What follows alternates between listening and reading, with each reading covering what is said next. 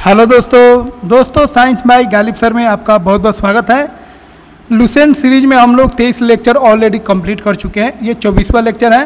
तो दोस्तों हम लोगों ने शुरुआत किया था केमिकल बॉन्डिंग में दोस्तों 2 लेक्चर ऑलरेडी कंप्लीट हो चुका है। ये तीसरा लेक्चर है और ये लास्ट लेक्चर है केमिकल बॉन्डिंग का। तो इस लेक्चर में दोस्तों हम लोग जानेंगे लेवी सिंबल क्या होता है, हाइब्रिडाइजेशन कैसे होता है, हाइब्रिडाइजेशन कैसे निकालते हैं, सिग्मा बॉन्ड क्या होता है, पाई बॉन्ड क्या होता है, ये सारा चीज़ हम लोग जानेंगे। तो चलिए शुरुआत करते हैं और एक ही कॉन्सेप्ट को समझते हैं। दोस्तों अभी तक आप चैनल को सब्सक्राइब नहीं किए तो सब्सक्राइब कीजिए और अपने साइंस के लेवल को बेस्ट कीजिए। यहाँ से आप साइंस से रिलेटेड हर एक कॉन्सेप्ट को समझ सकते हैं। उसका नोट्स भी आपको PDF मिल जाएगा और यहाँ से आप किसी भी एग्जाम के लिए साइंस का एक बेहतर तैयारी कर सकते हैं। तो दोस्तों यहाँ पे हम लोग जानेंगे लेवी सिंबल होता क्या है। तो देखिए लेवी सिंबल क्या होता है। लेवी सिंबल जो होता है एक ऐसा सिंबल होता है जिसमें हम लोग मेटल या नॉन मेटल के चारों तरफ हम लोग क्या करते हैं, वैलेंस इलेक्ट्रॉन को लिख देते हैं और वो जो वैलेंस इलेक्ट्रॉन होता है उसको डॉट से या क्रॉस से उसको हम लोग रिप्रेजेंट करते हैं। तो या तो आप डॉट से रिप्रेजेंट कीजिए या तो आप क्रॉस से रिप्रेजेंट कर सकते हैं। जैसे हाइड्रोजन में एक वैलेंस इलेक्ट्रॉन होता है तो उसको हम लोग ऐसे लिख दिए एक वैलेंस इलेक्ट्रॉन। तो याद रखिएगा दोस्तों, ग्रुप याद रखिएगा तो आपका काम आसान हो जाएगा। पहला ग्रुप में दोस्तों 4 चीज होता है, आप याद रखिएगा हॉलिना के, ये चारों के चारों में एक एक वैलेंस इलेक्ट्रॉन होता है। इसका ट्रिक भी होता है हॉलिना के रब से फरियाद, तो इतना आप याद रखिएगा हॉलिना के, ये पहला ग्रुप है। दूसरा पीरियोडिक टेबल में दोस्तों जो दूसरा ग्रुप होता है बेटा मांगे कार स्कूटर, ठीक है, उसका जो वैलेंस इलेक्ट्रॉन होता है 2 होता है, इसीलिए इसमें हम लोग 2 डॉट को लगा दिए हैं। तीसरा में आप याद रखिएगा, तीसरा में क्या होता है बैगन आलू, मतलब ब्रोन और अल्मुनियम होता है, इसमें 3 वैलेंस इलेक्ट्रॉन होता है। अगला है कैसी गीत सुनोगे प्यारे बाबू, ये जो सीरीज आपको याद करवाए थे उसमें आपको कार्बन और सिलिकॉन में 4 होगा, क्योंकि ये आपका याद रखिएगा ये पहला ग्रुप हो गया, ये दूसरा ग्रुप हो गया और ये आपका 13 ग्रुप होता है, ये 14 ग्रुप होता है, ये 15 ग्रुप होता है, ये 16, ये 17 और ये 18, ठीक है। तो याद रखिएगा जितना उसका ग्रुप होगा उतना ही उसका वैलेंस इलेक्ट्रॉन हो जाएगा। 13 का 3 याद रखिएगा, 14 का 4, 15 के 5, 16 का 6 वैलेंस इलेक्ट्रॉन हो जाएगा, 17 का 7 हो जाएगा और 18 का 8 हो जाएगा। तो यहाँ पे हम आपको ऑलरेडी बता चुके हैं, उसी को हम यहाँ पे लिख दिए हैं, आप इसको ध्यान रखिएगा, ठीक है। तो 15 ग्रुप का आपका 5 वैलेंस इलेक्ट्रॉन हो गया, तो 5 डॉट लगा दिए, ठीक है। उसी तरह ऑक्सीजन और सल्फर 16 ग्रुप में है तो इसमें 6 डॉट लगा देना है, ठीक है, चारों तरफ एटम के। और इसमें फ्लोरीन क्लोरीन ये 17 ग्रुप में है तो इसमें हमको कितना लगाना है, 7 वैलेंस इलेक्ट्रॉन लगाना है। तो फ्लोरीन क्लोरीन ब्रोमीन आयोडीन याद रखिएगा क्योंकि ये सब काम का होता है, ठीक है।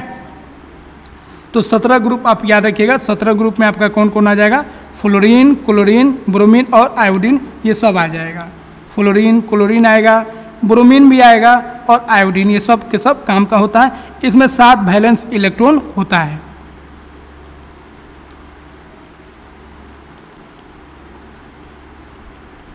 ठीक है, ये क्यों बना है दोस्तों, लेवी सिंबल का स्ट्रक्चर बनाने में, हाइब्रिडाइजेशन निकालने में बहुत हेल्प होता है, इसीलिए इस तरीके से आपको ध्यान रखना है। दोस्तों अब हम लोग बात करेंगे लोन पेयर क्या होता है और बॉन्ड पेयर क्या होता है, ये भी इंपॉर्टेंट पॉइंट है, इसको हम लोग समझ लेते हैं। देखिए कोई भी एटम अगर दूसरे एटम के साथ ज्वाइंट होता है तो जितना बॉन्ड बनाता है उसको बॉन्ड पेयर बोलते हैं, ठीक है। मान लीजिए एक एटम के पास 6 वैलेंस इलेक्ट्रॉन है और 4 के 4 उसका चला गया बॉन्ड में, तो बॉन्ड पेयर उसको बोलेंगे, और जो बच गया उसको हम लोग लोन पेयर बोलेंगे। तो वैलेंस इलेक्ट्रॉन याद रखिएगा, वैलेंस इलेक्ट्रॉन दोस्तों 2 तरह का हो जाएगा, एक बॉन्ड पेयर और एक लोन पेयर। तो एटम का जो वैलेंस इलेक्ट्रॉन है, जो आउटर मोस्ट में सेल है, जब वो बॉन्ड में चला जाएगा तो उसको बॉन्ड पेयर बोलेंगे और अगर बच जाएगा तो उसको हम लोग लोन पेयर बोलेंगे, ठीक है। जैसे H2O में देखिए दोस्तों, H2O में हम बात करेंगे, H2O का अगर स्ट्रक्चर बनाता है याद रखिएगा, जो कम संख्या में होगा उसको सेंटर में रखेंगे। यहाँ पे ऑक्सीजन को सेंटर में रखेंगे और 2 हाइड्रोजन को जोड़ देंगे। हाइड्रोजन 1 इलेक्ट्रॉन लाएगा और 1 इलेक्ट्रॉन ऑक्सीजन लाएगा, फिर हाइड्रोजन 1 इलेक्ट्रॉन लाएगा और 1 इलेक्ट्रॉन ऑक्सीजन लाएगा और ये आपका सिंगल बॉन्ड बन जाएगा। अब यहाँ पे देखिए ऑक्सीजन के पास 6 वैलेंस इलेक्ट्रॉन था, तो 6 में वो 4 इलेक्ट्रॉन तो मतलब 2 इलेक्ट्रॉन तो दे दिया हाइड्रोजन को, तो 4 इलेक्ट्रॉन बच जाएगा। तो जो बॉन्ड बना, जैसे यहाँ पे देखिए 2 बॉन्ड बना, 1 और 1 2, तो ऑक्सीजन 2 बॉन्ड बनाया तो उसको बोलेंगे बॉन्ड पेयर। और कितना वैलेंस इलेक्ट्रॉन बच गया, 4 वैलेंस इलेक्ट्रॉन बच गया, मतलब कितना पेयर बचा, तो 2 पेयर इलेक्ट्रॉन का बच गया तो इसको लोन पेयर बोलेंगे, ठीक है। अब इसी को दोस्तों याद रखिएगा, लोन पेयर को हम लोग ऐसे रिप्रेजेंट करते हैं, ठीक है। अमोनिया में देखिए NH3 में, तो यहाँ पे आप देख सकते हैं नाइट्रोजन जो है हाइड्रोजन के साथ 3 बॉन्ड बनाएगा, तो 3 बॉन्ड बना दीजिए। अब नाइट्रोजन में 5 वैलेंस इलेक्ट्रॉन होता है, तो 3 तो चला गया बॉन्ड में, ठीक है, और 2 आपका बच गया, मतलब एक इलेक्ट्रॉन पेयर जो है बच गया। तो जो बच गया इलेक्ट्रॉन पेयर उसी को हम लोग लोन पेयर बोलेंगे। तो अमोनिया में 3 बॉन्ड पेयर होगा, जबकि एक क्या होगा, लोन पेयर होगा। उसी तरह CH4 मीथेन का बात करेंगे, तो मीथेन 4 बॉन्ड बनाया, और कार्बन में कितना वैलेंस इलेक्ट्रॉन होता है, कार्बन में 4 वैलेंस इलेक्ट्रॉन होता है, और 4 के 4 बॉन्ड में चला गया, इसीलिए उसका बॉन्ड पेयर तो कितना हो जाएगा, 4 हो जाएगा, लेकिन उसके पास लोन पेयर एक भी नहीं बचेगा, ठीक है। तो लोन पेयर हो भी सकता है और लोन पेयर नहीं भी हो सकता है, लेकिन बॉन्ड पेयर जरूर होगा। तो जितना बॉन्ड पेयर होगा वो बॉन्ड पेयर लिख दीजिए, और जितना उसमें लोन पेयर होगा उसको लोन पेयर लिख दीजिए, ठीक है। तो इस तरीके से आप बता सकते हैं, कुछ बेसिक था उसको ध्यान रखिएगा। दोस्तों अब हम लोग बात करेंगे हाइब्रिडाइजेशन, जो मोस्ट इम्पोर्टेंट है। हाइब्रिडाइजेशन होता क्या, इससे बहुत सारा चीज़ हम लोग सीखेंगे। तो देखिए हाइब्रिडाइजेशन क्या होता है, तो देखिए फिगर देख के आपको डरना नहीं है, जो कॉन्सेप्ट बताएंगे उसको आप समझ लीजिएगा, ठीक है। देखिए आपको ऑलरेडी बहुत पहले हम बता चुके हैं, एक सेल होता है जिसमें इलेक्ट्रॉन होता है ना, सेल के अंदर क्या होता है, सब सेल होता है, और सब सेल के अंदर क्या होता है, ऑर्बिटल होता है। इसी ऑर्बिटल में इलेक्ट्रॉन रहता है, ठीक है। तो सेल के अंदर सब सेल और सब सेल के अंदर ऑर्बिटल रहता है, और इसी ऑर्बिटल में इलेक्ट्रॉन रहता है। अब ये जो ऑर्बिटल देख रहे हैं आप, वो 4 तरह का ऑर्बिटल होता है, S orbital, P orbital, D orbital और F ऑर्बिटल होता है। ये चारों का अलग अलग शेप होता है, जिसमें S, P और D का जो शेप होता है वो सिंपल होता है, जबकि F का जो शेप होता है वो सिंपल नहीं होता है, ठीक है।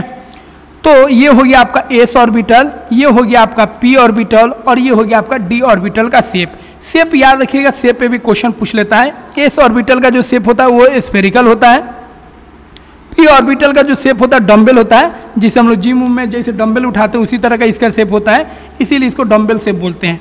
और इसमें देखिए D ऑर्बिटल का बात करेंगे तो इसके शेप में डबल डम्बल होता है, इसीलिए इसका जो शेप होगा उसको हम लोग डबल डम्बल बोलेंगे। अब दोस्तों याद रखेंगे, ये तो हो गया आपका ऑर्बिटल। अब हाइब्रिडाइजेशन क्या होता है, तो देखिए ये जो भी आप एटम के ऑर्बिटल देख रहे हैं, जब ऑर्बिटल 2 या 2 से अधिक ऑर्बिटल जब मिक्स होते हैं तो एक नए तरह के ऑर्बिटल बनाते हैं, उसी को हम लोग बोलते हैं हाइब्रिड ऑर्बिटल। तो जब 2 ऑर्बिटल, ठीक है, एटॉमिक ऑर्बिटल का बात कर रहे हैं, एटम का ऑर्बिटल, तो 2 ऑर्बिटल जब मिक्स होता है या 2 से अधिक ऑर्बिटल मिक्स होता है तो एक नया तरह का जो ऑर्बिटल बनता है, उसी को दोस्तों हम लोग हाइब्रिड ऑर्बिटल बोलते हैं, और इस प्रोसेस को हम लोग हाइब्रिडाइजेशन बोलते हैं। अब याद रखिएगा, जितना आप ऑर्बिटल को मिक्स कीजिएगा उतना ही हाइब्रिड ऑर्बिटल बनेगा। अगर 2 ऑर्बिटल को मिक्स कर रहे हैं तो 2 हाइब्रिड ऑर्बिटल बनेगा, 3 ऑर्बिटल को मिक्स कर रहे हैं तो 3 हाइब्रिड ऑर्बिटल बनेगा, 4 ऑर्बिटल को मिक्स कर रहे हैं तो 4 हाइब्रिड ऑर्बिटल बनेगा। ये हाइब्रिड वर्ड जो है दोस्तों, ये नया वर्ड नहीं है, बहुत पुराना वर्ड है। हर एक चीज़ का हम लोग आजकल हाइब्रिड बना रहे हैं। जैसे आम का हाइब्रिड, आम में हाइब्रिड कैसे बनेगा, एक पेड़ ऐसा है जो मजबूत है, कम फल देता है, एक पेड़ ऐसा है जो छोटा है, ज़्यादा फल देता है, दोनों को मिला देंगे तो 2 पेड़ बनेगा। एक ऐसा पेड़ होगा जो मजबूत भी होगा, बड़ा भी होगा और ज़्यादा फल देगा, एक ऐसा भी पेड़ बन सकता है जो छोटा भी होगा और फल भी नहीं देगा। तो 2 पेड़ मिलाने से 2 पेड़ बन गया। उसी तरह 2 ऑर्बिटल को मिलाने से 2 ऑर्बिटल बन जाएगा, और उसको हम लोग क्या बोलेंगे, हाइब्रिड ऑर्बिटल बोलेंगे। अब यहाँ पे दोस्तों याद रखिएगा, S orbital, P orbital, D orbital, F orbital होता है, बट उसका जो शेप होगा कॉम्प्लेक्स होगा। तो स्फेरिकल शेप होगा S ऑर्बिटल का, डम्बल शेप होगा P ऑर्बिटल का, और डबल डम्बल शेप होगा D ऑर्बिटल का। अब दोस्तों अब हम लोग बात करेंगे ओवरलैपिंग का, कैसे वो मिक्स होगा। तो जब S ऑर्बिटल और S ऑर्बिटल मिक्स होगा, या S और P मिक्स हो सकता है, या P मिक्स हो सकता है, या D और P भी मिक्स हो सकता है। तो ऑर्बिटल एक दूसरे से मिक्स हो सकते हैं, या अपने आप से भी मिक्स हो सकते हैं। अब आपको यहाँ पे ध्यान रखना दोस्तों, सिग्मा बॉन्ड और पाई बॉन्ड बहुत इंपॉर्टेंट है। तो देखिए यहाँ पे जो ओवरलैपिंग होगा वो सिग्मा होगा, और यहाँ पे जो ओवरलैपिंग हो रहा है पाई। देखिए जब सीधा सीधी एक लाइन में अगर मिक्स होगा, जैसे यहाँ पे देखिए S और S दोनों एक लाइन में मिक्स हो रहा है, तो इसको सिग्मा बॉन्ड बोलेंगे। तो ओवरलैपिंग जब एक्सियल होगा या लीनियर होगा, ठीक है, जब ओवरलैपिंग ऑर्बिटल का एक्सियल और लीनियर होगा तो उस केस में जो बॉन्ड बनेगा दोस्तों, उस बॉन्ड को सिग्मा बॉन्ड बोलेंगे। यहाँ पे देख लीजिए एस और पी जो है एक लाइन के तहत मिक्स हो रहा है। यहाँ पे पी ऑर्बिटल देख लीजिए एक लाइन के तहत मिक्स हो रहा है, एक्सियल एक दूसरे से ओवरलैपिंग कर रहा है, ये एक दूसरे से एक्सियल ओवरलैपिंग कर रहा है, इसीलिए इस बॉन्ड को हम लोग सिग्मा बॉन्ड बोलेंगे, क्योंकि यहाँ पे जो ओवरलैपिंग हो रहा है एक्सियल और लीनियर ओवरलैपिंग हो रहा है। ठीक है, तो सीधा सीधी एक समतल में ओवरलैपिंग होगा तो उसको हम लोग एक्सियल या लीनियर ओवरलैपिंग बोलेंगे। लेकिन दोस्तों याद रखिएगा, जब वो ओवरलैपिंग पैरेलल होगा मतलब साइडवेज होगा, खारा खारी अगर, ठीक है, सूत के ओवरलैपिंग होगा तो लीनियर बोलेंगे, लेकिन खारा खारी अगर ओवरलैपिंग होगा, साइडवेज या पैरेलल ओवरलैपिंग होगा, तो उस केस में जो बॉन्ड बनेगा उसको पाई बॉन्ड बोलेंगे। ठीक है, तो याद रखिएगा एस और एस का हमेशा ओवरलैपिंग सिग्मा ही होगा, एस और पी का भी सिग्मा ही होगा, लेकिन पी और पी का जब ओवरलैपिंग होगा, इस केस में देखिए सिग्मा है मतलब सूत के है, और इस केस में देखिए उठ के है, तो जब उठ के होगा तो पाई बॉन्ड बनेगा, सूत के होगा तो क्या बनेगा, सिग्मा बॉन्ड बनेगा। तो पी वाला जो है दोस्तों याद रखिएगा, पी वाला एस वाला याद रखिएगा हमेशा सिग्मा बनाएगा, एस और पी सिग्मा बनाएगा, पी और पी सिग्मा भी बनाएगा और पाई भी बनाएगा, और डी भी उसी तरह सिग्मा भी बनाएगा और पाई भी बनाएगा। तो इसको आप याद रखिएगा। सिग्मा कब बनेगा, जब ऑर्बिटल का ओवरलैपिंग लीनियर होगा, एक्सियल होगा, और पाई बॉन्ड कब बनेगा, जब ऑर्बिटल का जो ओवरलैपिंग होगा खारी खारी होगा, पैरेलल होगा मतलब साइडवेज होगा। तो इसको ध्यान रखिएगा। सिग्मा बॉन्ड दोस्तों ज़्यादा मजबूत होता है क्योंकि यहाँ पे ओवरलैपिंग बहुत मजबूती के साथ होता है, जबकि पाई बॉन्ड जो होता है दोस्तों वो कमजोर होता है। अब देखिए पाई बॉन्ड और सिग्मा बॉन्ड ये बहुत इंपॉर्टेंट है, इस पे क्वेश्चन पूछ लिया जाता है। सिग्मा बॉन्ड दोस्तों उसको ऐसे डिनोट करते हैं, सिग्मा बॉन्ड कब बनेगा, जब ऑर्बिटल का ओवरलैपिंग क्या होगा, लीनियर या एक्सियल होगा। पाई बॉन्ड कब बनेगा, जब ऑर्बिटल का ओवरलैपिंग साइडवेज या लेटरल ओवरलैपिंग होगा। ठीक है, अब याद रखिएगा दोस्तों ओवरलैपिंग अगर, ठीक है, ओवरलैपिंग अगर एक्सियल या लीनियर हो रहा है तो उस केस में जो बॉन्ड होगा स्ट्रांग होगा, मतलब सिग्मा बॉन्ड ज़्यादा स्ट्रांग होगा किसके तुलना में, पाई बॉन्ड के तुलना में। पाई बॉन्ड जो होगा सिग्मा बॉन्ड के तुलना में क्या होगा, वीक होगा। ठीक है, तो यहाँ पे आपको बता दिए हैं, अगर खरी खरी ओवरलैपिंग होगा तो पाई बॉन्ड बनेगा, और सूत के ओवरलैपिंग होगा तो सिग्मा बॉन्ड बनेगा। दोस्तों अब हम लोग जो सबसे मोस्ट इंपोर्टेंट है उसका बात कर लेते हैं। दोस्तों बॉन्ड तीन तरह का होता है, कोवैलेंट बॉन्ड, एक सिंगल बॉन्ड होता है, एक डबल बॉन्ड होता है और एक ट्रिपल बॉन्ड होता है। ऑलरेडी हम लोग पढ़ चुके हैं। दोस्तों याद रखिएगा सिंगल बॉन्ड जो होगा हमेशा सिग्मा होगा, ठीक है, और डबल बॉन्ड में एक सिग्मा बॉन्ड होता है और एक पाई बॉन्ड होता है, जबकि ट्रिपल बॉन्ड में याद रखिएगा दोस्तों दो पाई बॉन्ड होगा और एक सिग्मा बॉन्ड होगा। ठीक है, तो याद रखिएगा सिंगल बॉन्ड में हमेशा सिग्मा होगा, डबल बॉन्ड में एक सिग्मा बॉन्ड होगा, एक पाई बॉन्ड होगा, और ट्रिपल बॉन्ड में दोस्तों याद रखिएगा एक सिग्मा होगा और दो पाई होगा। अब हमेशा क्वेश्चन पूछा जाता है जी इस मॉलिक्यूल में कितना सिग्मा बॉन्ड है और कितना पाई बॉन्ड है। अब देखिए जैसे हम बात कर रहे हैं बेंजीन का, बेंजीन बहुत इंपोर्टेंट है दोस्तों। C6H6 इसका फॉर्मूला होता है और ऐसे इसका स्ट्रक्चर होता है। ठीक है, C6H6 इसका फॉर्मूला हो गया और ये आपका क्या हो गया, उसका स्ट्रक्चर हो गया। यहाँ पे क्वेश्चन पूछ लिया जाता है इसमें कितना सिग्मा है और कितना पाई है, तो इसको याद रखिएगा, लेकिन ध्यान रखिए इसको कैसे बनाना है। अब देखिए जितना भी सिंगल बॉन्ड है, ये सब जितना भी सिंगल बॉन्ड देख रहे हैं, 1 2 3 4 5 6 7 8 9 10 11 12, 12 का 12 का हो गया आपका सिग्मा, तो 12 हो गया सिग्मा। पाई की बात करेंगे मतलब डबल बॉन्ड की बात करेंगे तो 1 2 3, 3 क्या हो गया आपका पाई बॉन्ड हो गया। तो बेंजीन में 12 सिग्मा बॉन्ड होता है और 3 आपका पाई बॉन्ड होता है, ध्यान रखिएगा। वही इसका बात करेंगे C2H2, ये सब आपको पूछ लेगा। C2H4 मतलब ये आपका हो गया इथिन हो गया। इथिन में कितना सिग्मा बॉन्ड है, 1 2 3 4 और यहाँ पे एक है 5, 5 हो गया आपका सिग्मा बॉन्ड, और डबल बॉन्ड एक ही है यहाँ पे। ठीक है, तो एक हो गया आपका पाई बॉन्ड। तो बहुत ही सिंपल होता है, आसानी से आप बता सकते हैं। जैसे CH4 मीथेन में बात करेंगे तो मीथेन में केवल क्या होता है, सिग्मा बॉन्ड होता है। ठीक है, तो यहाँ पे सिग्मा बॉन्ड कितना हो जाएगा, 4 हो जाएगा।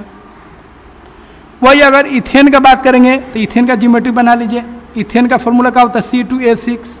ठीक है, तो इथेन में सब सिंगल बॉन्ड होता है।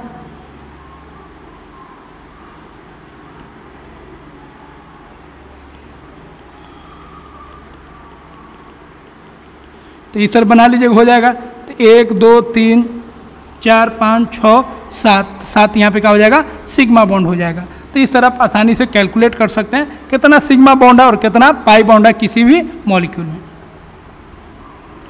दोस्तों अब हम लोग बॉन्ड से रिलेटेड कुछ पैरामीटर्स को पढ़ेंगे, जैसे बॉन्ड एंगल क्या होता है, बॉन्ड लेंथ क्या होता है, बॉन्ड एनर्जी क्या होता है और बॉन्ड ऑर्डर क्या होता है। ठीक है, तो देखिए सिंपल में हम समझा देते हैं। दो बॉन्ड के बीच में, मान लीजिए ये H2O का आप फिगर बना रहे हैं, OH, ये इसका ज्योमेट्री हो गया H2O का, यहाँ पे उसका लोन पेयर हो गया। तो ये दोनों बॉन्ड के बीच में जो एंगल है दोस्तों, उसी को हम लोग बॉन्ड एंगल बोलते हैं। ठीक है, बॉन्ड लेंथ क्या है दोस्तों, तो देखिए कोई भी अगर बॉन्ड है, ठीक है, मान लीजिए क्लोरीन और क्लोरीन या हाइड्रोजन और क्लोरीन के बीच में ये जो बॉन्ड है उसका लेंथ क्या है, उसी को हम लोग क्या बोलते हैं, बॉन्ड लेंथ बोलते हैं।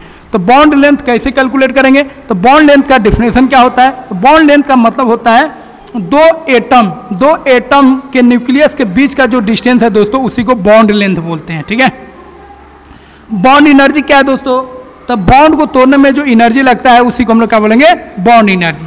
उसके बाद बोलेंगे बॉन्ड ऑर्डर क्या है, तो बॉन्ड ऑर्डर का मतलब हो गया सिंगल बॉन्ड है कि डबल बॉन्ड है कि ट्रिपल बॉन्ड है। सिंगल बॉन्ड होगा तो बोलेंगे बॉन्ड ऑर्डर 1 है, डबल बॉन्ड होगा तो बोलेंगे बॉन्ड ऑर्डर 2 है, और ट्रिपल बॉन्ड होगा तो ट्रिपल अगर है आपका बॉन्ड तो उसको हम लोग बोलेंगे बॉन्ड ऑर्डर कितना है, 3 है। ठीक है, अब इसी को थोड़ा सा देख लेते हैं। बॉन्ड लेंथ क्या है तो बता दिए, यह जो है दोस्तों दो एटम के बीच जो न्यूक्लियर डिस्टेंस है, मतलब दो एटम के जो न्यूक्लियस के बीच में जो डिस्टेंस है, दोनों एटम के बीच का जो न्यूक्लियर डिस्टेंस है, उसी को हम लोग क्या बोलेंगे, बॉन्ड लेंथ बोलेंगे। बॉन्ड लेंथ जो होगा दोस्तों वो डिपेंड करेगा साइज ऑफ एटम। अगर एटम का साइज ज़्यादा है तो बॉन्ड लेंथ भी अधिक होगा, लेकिन याद रखिएगा मल्टीप्लिसिटी ऑफ बॉन्ड, जितना बॉन्ड बढ़ेगा बॉन्ड लेंथ उतना ही छोटा होगा। मतलब ट्रिपल बॉन्ड सबसे छोटा होगा, उसके बाद डबल बॉन्ड का जो लेंथ होगा ज़्यादा होगा, और सिंगल बॉन्ड का जो लेंथ होगा वो सबसे अधिक होगा। तो याद रखिएगा बॉन्ड लेंथ ट्रिपल बॉन्ड का ज़्यादा होगा कि डबल बॉन्ड का कि सिंगल बॉन्ड का, तो सबसे अधिक सिंगल बॉन्ड का होगा। तो बॉन्ड लेंथ में बात कीजिएगा तो याद रखिएगा ट्रिपल बॉन्ड का सबसे छोटा होगा, डबल बॉन्ड का लेंथ और छोटा उससे थोड़ा बड़ा होगा, और सिंगल बॉन्ड का जो लेंथ है बॉन्ड लेंथ वो सबसे अधिक होगा। यहाँ पे ऑलरेडी हम लिख चुके हैं, सबसे इम्पोर्टेंट है। अब दोस्तों हम लोग बात करेंगे बॉन्ड एंगल। तो बता दिए दो बॉन्ड के बीच में जो एंगल होता है उसी को बॉन्ड एंगल बोलते हैं। ठीक है, बॉन्ड एंगल अलग अलग मॉलिक्यूल का अलग अलग होगा। ठीक है, बॉन्ड एंगल से दोस्तों हम लोग मॉलिक्यूल के शेप को भी डिटरमाइन कर सकते हैं। यहाँ पे देखिए दोस्तों, यहाँ पे अगर हम बात करेंगे तो यहाँ पे जो मीथेन है उसका बॉन्ड एंगल कितना है, 109 डिग्री 5 है। यहाँ पे देखिए अमोनिया का बॉन्ड एंगल कितना है, 107 है।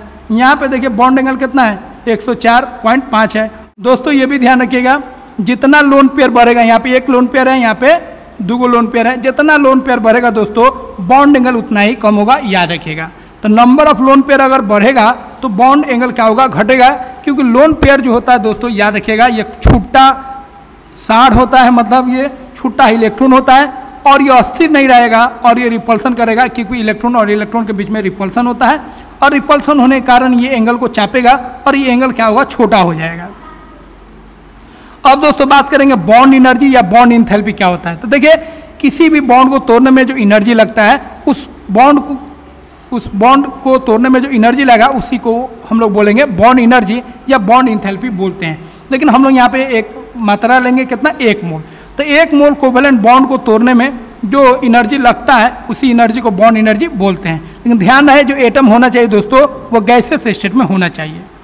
अब बॉन्ड एनर्जी दोस्तों स्ट्रेंथ को भी बताता है। जितना बॉन्ड एनर्जी अधिक होगा किसी भी बॉन्ड का, मतलब उसको तोड़ने में ज़्यादा एनर्जी लगा है, मतलब वो बॉन्ड क्या है, ज़्यादा स्ट्रांग है। ठीक है, तो सबसे ज़्यादा स्ट्रांग कौन होगा, मतलब सबसे ज़्यादा बॉन्ड एनर्जी किस में लगेगा, ट्रिपल में, क्या कि बहुत मजबूत है। उसके बाद डबल और उसके बाद सिंगल। तो सबसे अधिक बॉन्ड एनर्जी ट्रिपल बॉन्ड का, उसके बाद डबल बॉन्ड का और उसके बाद सिंगल बॉन्ड का होगा, याद रखिएगा। ठीक है, सबसे मजबूत कौन होगा, ट्रिपल, उसके बाद डबल, उसके बाद सिंगल। इसी तरह बॉन्ड एनर्जी भी ट्रिपल का सबसे ज़्यादा होगा, उसके बाद डबल का और उसके बाद सिंगल का। ठीक है, तो ये आप याद रखिएगा। मतलब बॉन्ड लेंथ अगर बढ़ेगा, मतलब जितना लेंथ बढ़ेगा निश्चित है वो कितना हो जाएगा, कमजोर हो जाएगा। ठीक है, अब हम लोग दोस्तों बात करेंगे बॉन्ड ऑर्डर क्या होता है। तो आपको पहले बता चुके हैं। ठीक है, वो उसके बीच में बॉन्ड जो है सिंगल बनना है कि डबल बनना है कि ट्रिपल बनना है। तो सिंगल बॉन्ड बनेगा तो बॉन्ड ऑर्डर 1 हो जाएगा, डबल बॉन्ड बनेगा तो बॉन्ड ऑर्डर 2 हो जाएगा, ट्रिपल बॉन्ड बनेगा तो बॉन्ड ऑर्डर कितना हो जाएगा, 3 हो जाएगा।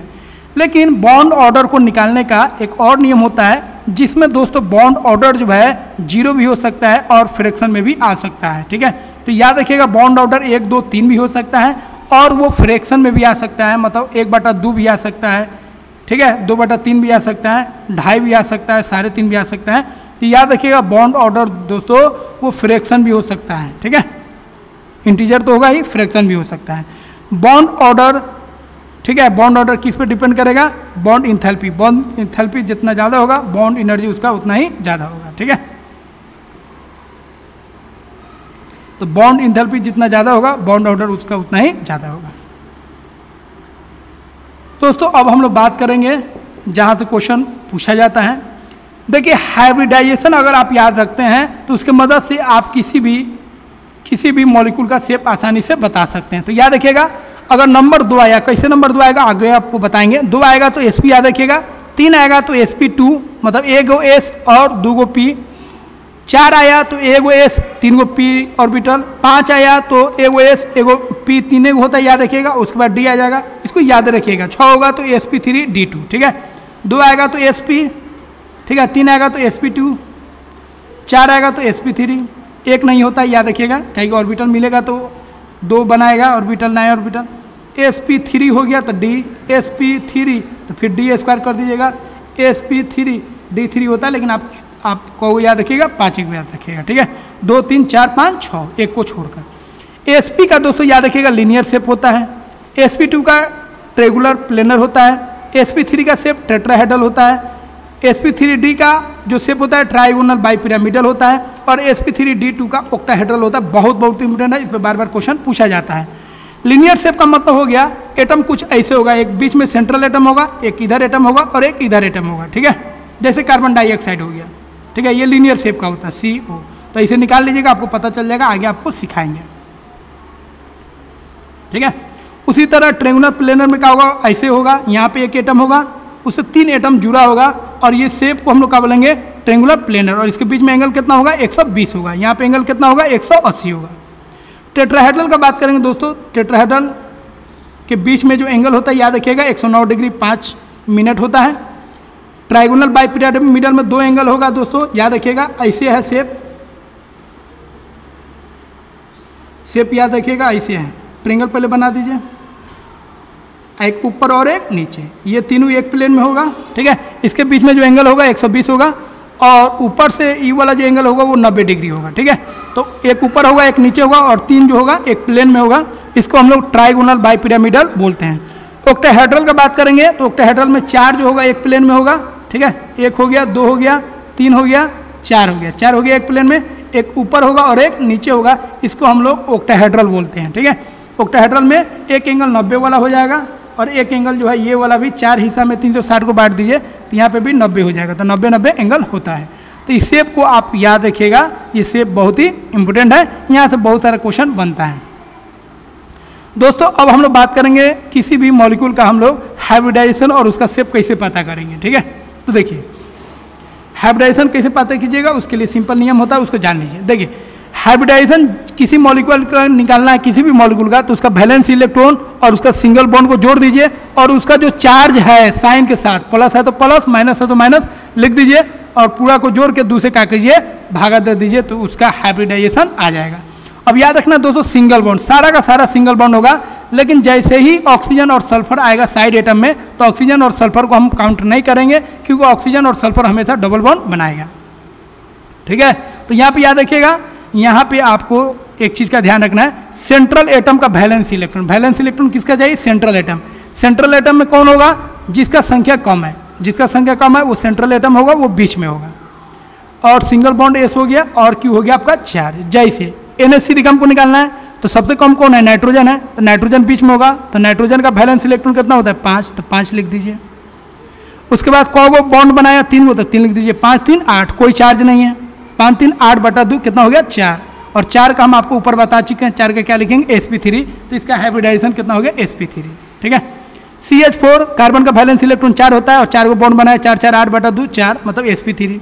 PCl3 का फॉस्फोरस का वैलेंस इलेक्ट्रॉन कितना होता है, 5 और 3 को बॉन्ड बनाया, 5, 3, 8/2, 4 sp3।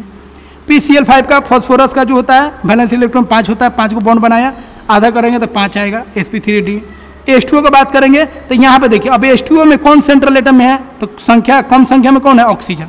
तो ऑक्सीजन को यहाँ पे मत छाटिएगा, ऑक्सीजन और सल्फर को कब काउंट नहीं करेंगे, जब वो साइड एटम में होगा तब, लेकिन सेंट्रल एटम में होगा तो उसको साइड नहीं करेंगे क्योंकि वो हेड बॉस रहेगा। तो यहाँ पे ऑक्सीजन सेंट्रल एटम हो गया, तो ऑक्सीजन का वैलेंस इलेक्ट्रॉन 6 होता है और 2 उसका बॉन्ड बनाया हाइड्रोजन के साथ, 6 2 8 बटा 2 4, 4 का कितना होगा, sp3। यहाँ पे देखिए एक माइनस वाला आपको बता दें, ICl4 माइनस, ठीक है। यहाँ पे देखिए I का वैलेंस इलेक्ट्रॉन कितना होता है, आयोडीन का 7 और 4 को बॉन्ड बनाया और माइनस चार्ज है, तो बोले हैं ना माइनस होगा तो यहाँ पे याद रखिए, यहाँ पे फॉर्मूला में माइनस होगा तो प्लस लिखेगा, प्लस चार्ज होगा तो माइनस लिखेगा। 7 4 11 और एक कितना हो गया आपका 12, 12 बटा 2 6 का कितना हो जाएगा हाइब्रिडाइजेशन, sp3d2। उसी तरह कार्बन डाइऑक्साइड का निकालिए, कार्बन का वैलेंस इलेक्ट्रॉन 4 होता है। अब इस ऑक्सीजन को नहीं जोड़ेंगे, याद रखिएगा, क्योंकि ये साइड एटम है। यहाँ पे सेंट्रल एटम कौन हो गया, कार्बन, क्या कि एक है, जो सबसे कम संख्या में रहेगा वो सेंट्रल एटम होगा, खासतौर पे अकेला होगा वो। यहाँ पे कार्बन सेंट्रल एटम होगा, ऑक्सीजन साइड एटम है, तो ऑक्सीजन और सल्फर अगर साइड एटम आता है तो उसको आपको गणना नहीं है। तो कार्बन का वैलेंस इलेक्ट्रॉन 4 हो गया, 2 से भागा दे दीजिए, 2 आ गया, तो sp हो जाएगा इसका। एक CuF4 जेनॉन का वैलेंस इलेक्ट्रॉन 8, आप फ्लोरीन 4 को 8 4 12 बटा 2 6, तो sp3d2 हो जाएगा। SO2 का फिर यहाँ पे ऑक्सीजन को नहीं जोड़ना है क्योंकि साइड एटम है। सल्फर देखिए सेंट्रल एटम है, जोड़ लीजिए, सल्फर का वैलेंस इलेक्ट्रॉन 6 होता है, 6 में 2 से भागा दीजिए, 3 आया, sp2 हो जाएगा।